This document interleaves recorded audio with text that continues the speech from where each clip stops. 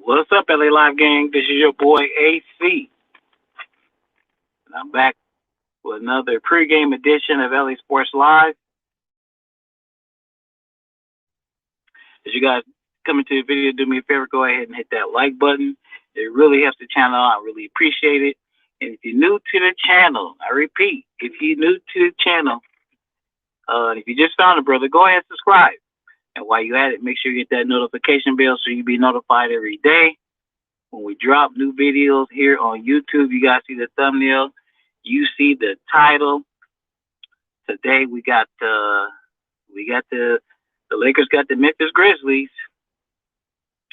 You know, the Memphis Grizzlies, they come into the game at 2-0, I believe.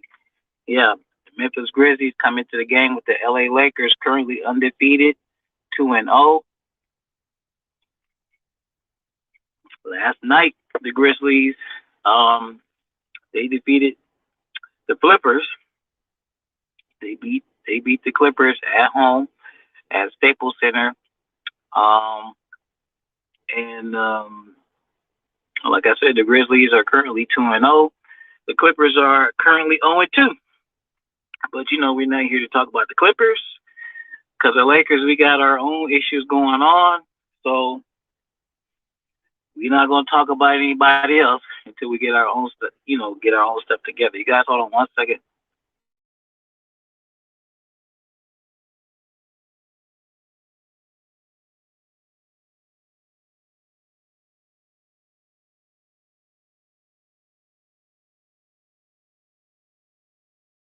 This is a very good Dallas team. We've seen that already this year numerous times. Dudley for three. Jared Dudley. Charge. And with Luka out of the game right now, the Lakers can play a little bit more honest on screen and roll situations. Danny Green with 7 to shoot. Posting up is Dudley. Dudley backing in. Dudley's in deep. Dudley over Curry to score. Saw the mismatch and loved it. Rebounding in the entire league. Here on the Wednesday, you're never highlight. Now it's KCP corner. Dudley, Rainbow, got it. Good ball movement by the Lakers. Corner. Again, the work on the perimeter for the Lakers. A little hesitant that time for KCP. Here comes LeBron. Down the lane he goes. Head fake, kick it, 3 to shoot. They're running out. Dudley.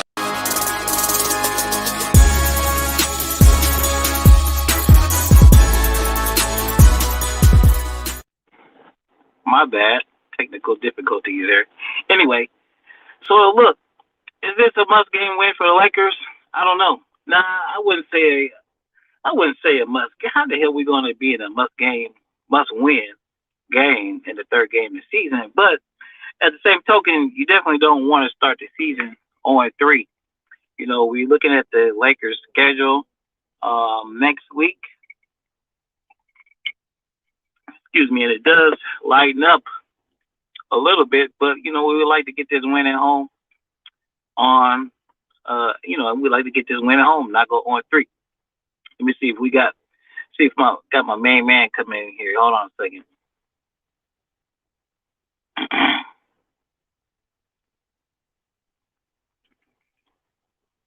Uh-oh. All right, my bad. Come back, bro. Come back. I think I knocked you out for some reason. My bad. Come on back in here, man, so we can talk some Laker basketball real quick before this game starts. Come on back, brother. If you guys never heard, I'm gonna drop the link later on. I don't have the link, or I'll tell him to drop the link in the video. But we're gonna talk to my man, Mr. E.A. Crespo from Perspectivlog X, Laker fandom. Okay, let's try this again.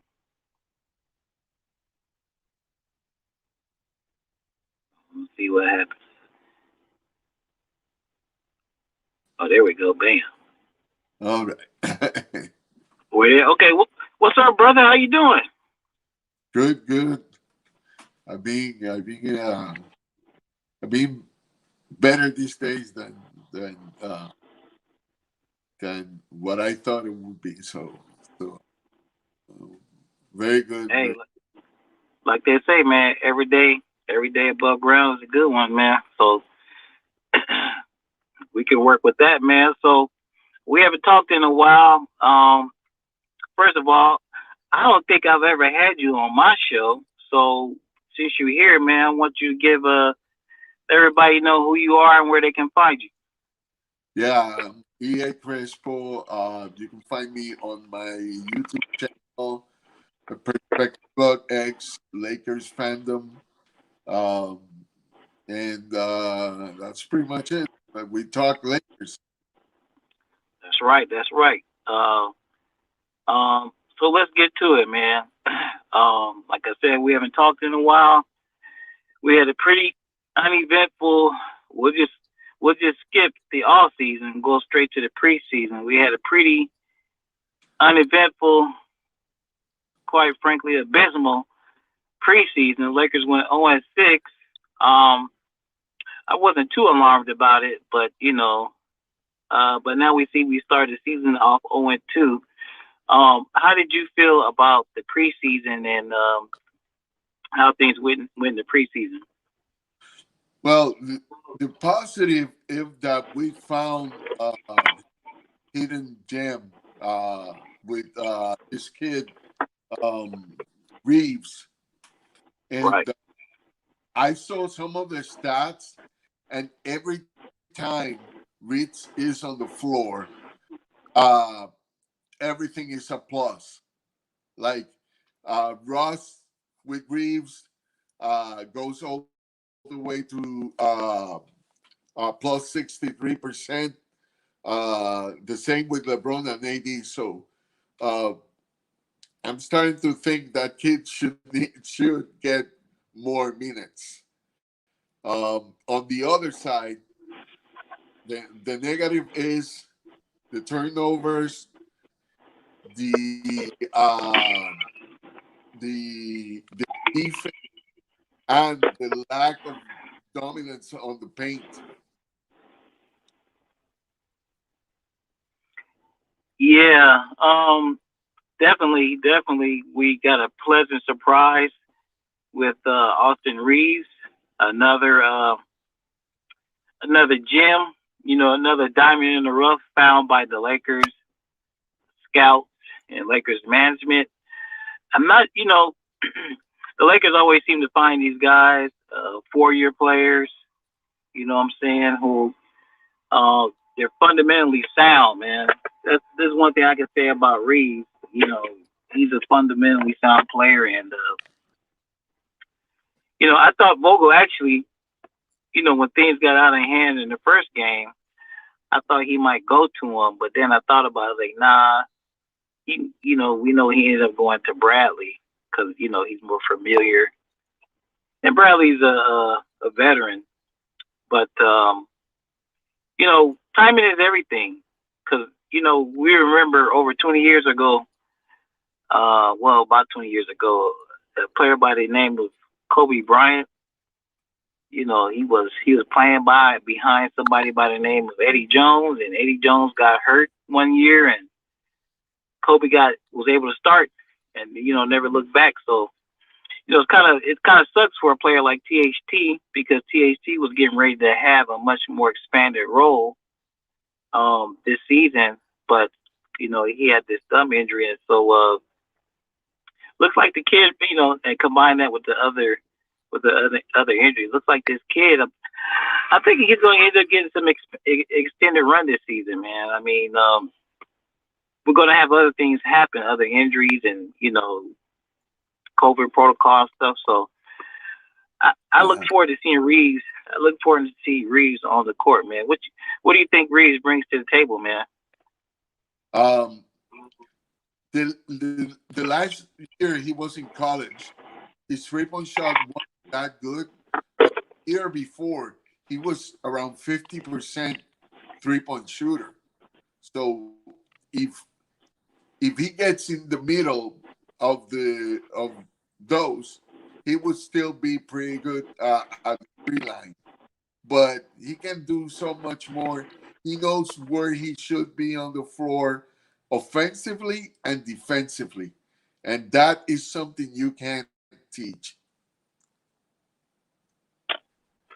Yeah, man. It's crazy because you sit back here, we talking about Reeves, Lakers undrafted rookie Austin Reeves, and I just sit back and watch him do little simple things like moving without the basketball. It's like, man, he's already better at certain things as an undrafted rookie than THT. So, I mean, Yeah, just little basic things, but you really can just see the difference between a player who spent 4 years in college and versus THT is just he's so much advanced than some of the other rookies that we've had, even other two-way players. He's so much more advanced and more has a better skill set than some of these other young guys. Not even close. yeah, yeah. It, Not even close.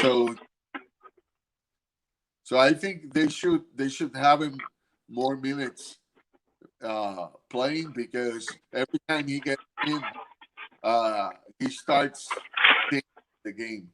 He's like, he is, for his uh for his him being a rookie. He's a rookie that is, game changer. He when he gets to play, the Lakers play better, and that's unvaluable. That's Right, wow. right. It's no coincidence that he was in that group that did well in the fourth quarter in the last game, man. I just don't think it Yeah, was a coincidence. So, I mean, everybody, a lot of Laker fans seem to all of a sudden love Rajon Rondo again, but I don't know what we're gonna learn. Well, how is Rajon Rondo playing 20 minutes gonna make the Lakers better, bro? We might as well get ultimately to this kid, and see what he can do. Now, when the other players come back, you know what I'm saying? When the other players come back, then we'll see. But I'm just saying, I don't know what's to be gained from playing Rondo 20 minutes a game when before the injuries they were saying that he wasn't even really probably not even going to play that much. So I don't know, man. But okay, we want to get to a couple more things before the game start. Okay, so I don't really think it's a big deal, but you just give me your take on the little dust up between AD and Dwight. What is it nothing, or is it something to be concerned uh, about, or is it nothing? it's it's not a concern, because that happens a lot in the locker room. Um, but it's a distraction that should have not happened, and I think uh, AD is the leader, but he needs to pick when he does things like that, because it's not good that they do it on camera in the middle of timeout in the game. That way, the way he managed it. But at the end of the day, this is not something that it's going to be more an effect on everybody else, but not on the team, because that happens more than what people think. Usually, where it happens is usually in the locker room. But I don't think it's anything to be worried about. Yeah, I think the media kind of blows things up, and I mean, like you were saying, man, it was a bad look. Shouldn't happen on the sideline. You should reserve those things for practice and in the locker room. AD, he's still struggling. AD is still struggling to learn, how to be a proper leader. So I think if you were to ask him, would he take that? I mean, I don't have a problem with him, challenging other players, but he certainly shouldn't have grabbed Dwight's arm. And then, LeBron, he chirps at other players, on the team. He sets them straight when they make mistakes. But I never seen him, grab anybody. So AD's young, man. He's a young leader. He's still learning, the rules and regulations as far as it being a leader on and off the court, man. So, but at the same, excuse me, at the same time, AD and Dwight, I respect them both. And when they both say it's squashed, I believe it's squashed. And so I believe that's the end of it. Hopefully, but I'm pretty sure. I'm pretty sure it's the end of it, man. Um,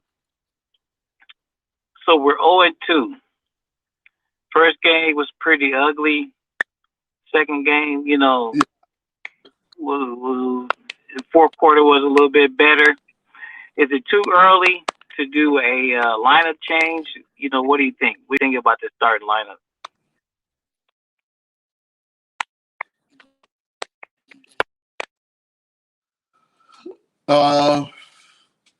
I don't know if Frank Vogel wants to change the starting lineup, but I'm pretty sure at least I think he should uh, uh, figure out how to put better rotations in the rest of the game. Right. I've kind of defended Vogel a little bit. I mean, this is customary Vogel. His ass to experiment to damn game 80. He's always experimenting, trying different things. But I was just saying, to his defense, he doesn't have four guys who he expected to play, a lot of key minutes in the rotation. He's missing four guys, so he's kind of had to come up with stuff on the fly. But I think you're right. I don't think he'll change the lineup right away. He'll probably give it a few more games, but I just really think that in order for this team to be successful, they need to run. And I don't see how they're going to run with DJ on the court. They need stops. They need defense. If they don't figure out how they are gonna, they need a defensive identity, because right now they are playing like they've never played with each other, and so until they sink in the defense, they are not going to be able to run. So, right, they look like it's going to be a team. They look like a team with 12 new players, which is what they are. A brand new team with 12 new players who haven't really played with each other, and the defense, for the most part, looked pretty lost, and I think that's really what led to the AD situation. Just AD is irritated because he feels like the defense is his thing. The defense is his baby. He's the captain of the defense, and he knows that's the glaring weakness of this team so far. And he's not happy about it. So we'll see if they get that together. Frank Vogel, he's kind of slow about changing stuff, so I think he'll probably give this starting lineup one or two more games, probably. But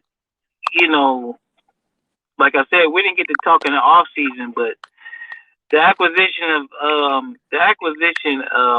DeAndre Jordan was kind of a head scratcher to me, man, because I looked at some of his games with the Nets last season, and I went to one of the Nets channels on YouTube, bro, and they were glad to get rid of him, bro. They were glad to get rid of him. They just said he was too slow of foot, and we've kind of seen a little bit of that with him with the Lakers. I wasn't a big fan of the signing. How did you feel about DJ coming to the Lakers?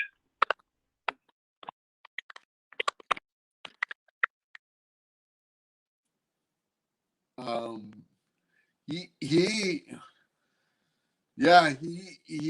has proved to be much valuable yet. So So right now he's kind of the weakest. I mean, I saw him doing some defense on one of the games. But aside from that, I don't know.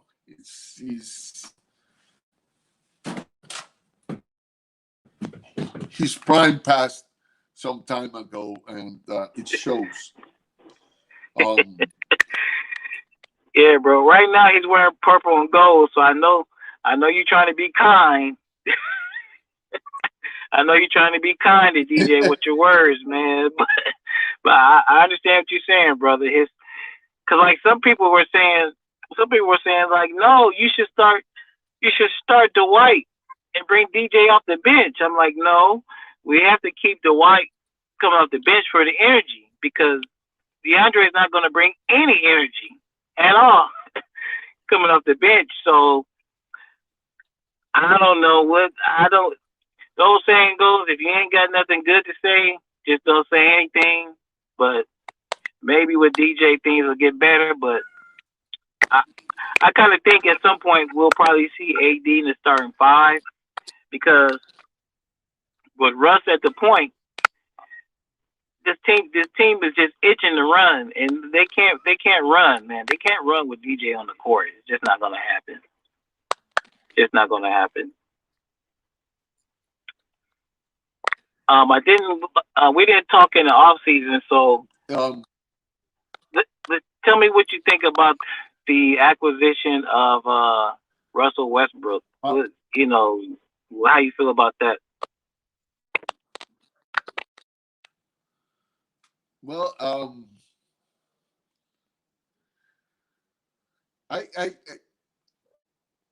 I do like what we have, you know.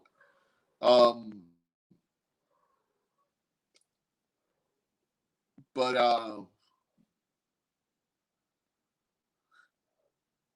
I I don't know.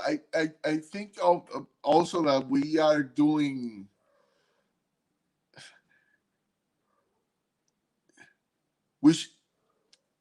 We shouldn't like get used to bringing like a whole new team every time because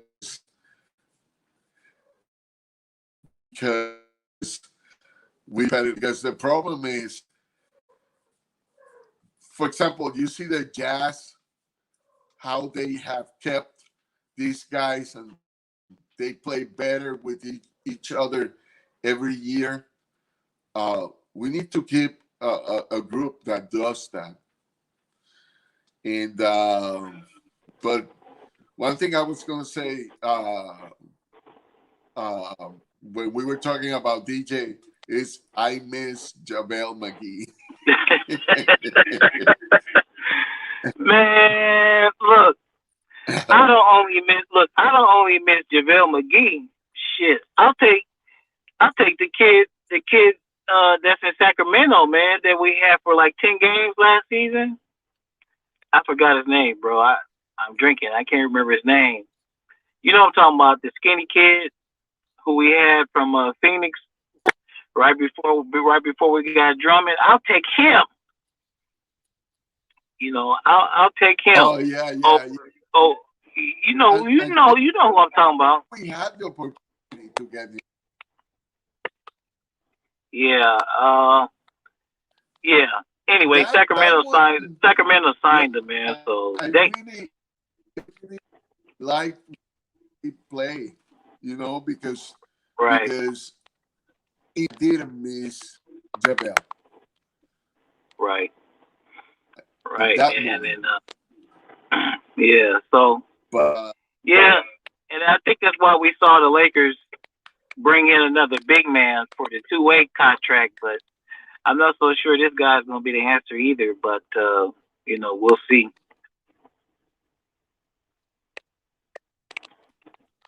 The kid that is the center for the Rockets, what's his name? You talking about Christian Wood?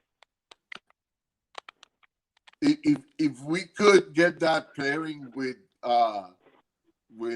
Davis. AD But at certain point, that would be awesome. yeah, yeah, yeah. They signed him for a lot of Maybe money, man. So he's I don't know if that'll ever happen. But let's see. I got one more question, man. Um, I don't know about you, but I heard a lot of people talking about how great this Laker team was going to be, and they said, "Look, we might win 70 games this season." I personally didn't feel that. First of all, with this older team, I don't even really think it was a goal of theirs to win 70 games. But I feel like this team may win 55, 56 games. You know, I what do you? I'm assuming that we're gonna get things straightened out and that the injuries will be cut to a minimum.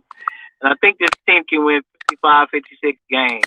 What do you? How many games you think this team can win this season?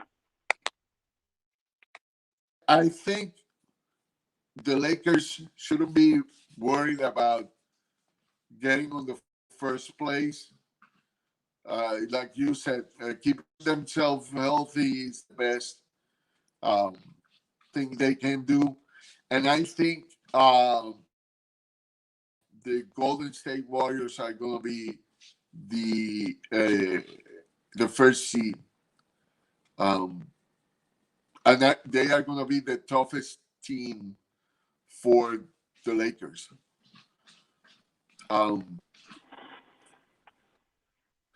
But I think I have this feeling that Miami is gonna go back to the finals.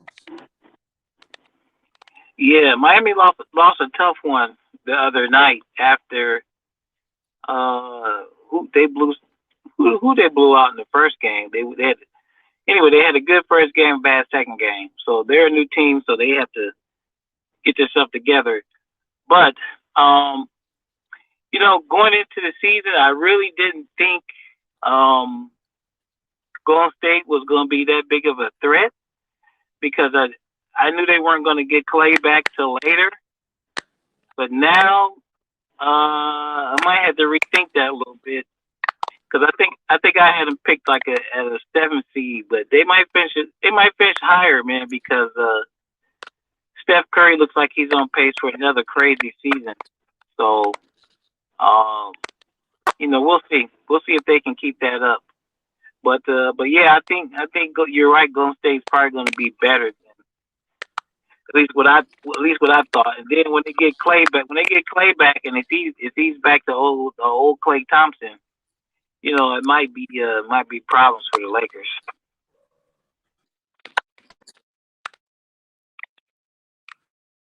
Yeah, because they are dangerous without Clay right now. Imagine with Clay playing, he doesn't even have to play 100% for them to be a dangerous team. Right, exactly. Just real quick, hey, whoever you guys on the stream, thanks for coming by, watching the stream. If you're not already subscribed to the channel, make sure you subscribe to the channel. Really appreciate it. Make sure you subscribe to my man, Mr. E.A. Crespo at Perspectivlog X, Laker Fandom. Um, give me your prediction for tonight, man. Then we're gonna get out of here. Well, this game has to be won by the Lakers, and they probably want to make a statement. But I'm gonna safely say that Lakers probably by 10. I hope so. I'm not as I don't confident as know. you. I don't know if they're gonna make the statement. Yeah, 'cause I have the feeling, bro. It's gonna get worse before it gets better. But I know the Lakers definitely do not want to lose 3 games in a row, man. They do not want to lose 3 games in a row. And plus, they got all these games starting the season at home. So I know they want to put on a better show at home. So I'm gonna do like you. I'm gonna predict a Laker victory tonight, man. And hopefully this team can get back on the winning track, man. Because now they lose tonight, that'll be whew, if they lose tonight, that'll be 6, 7, 8, 9, 12 games. That would be if they lose tonight. That's 12 games in a row. If you go back to last season in the playoffs, so we can't have that. We can't we can't have that, bro. That ain't Laker basketball, man. But look, I'm glad you hit me up, man. I got the text. So I was like, hey, I wasn't planning on going on, but hey, I gotta use this opportunity, man. So thanks for hitting me up, man. We gotta start doing this again. I'm getting ready to head on to the house, man. But thanks for hitting me up, man. Once again, man, let everybody know where they can find you.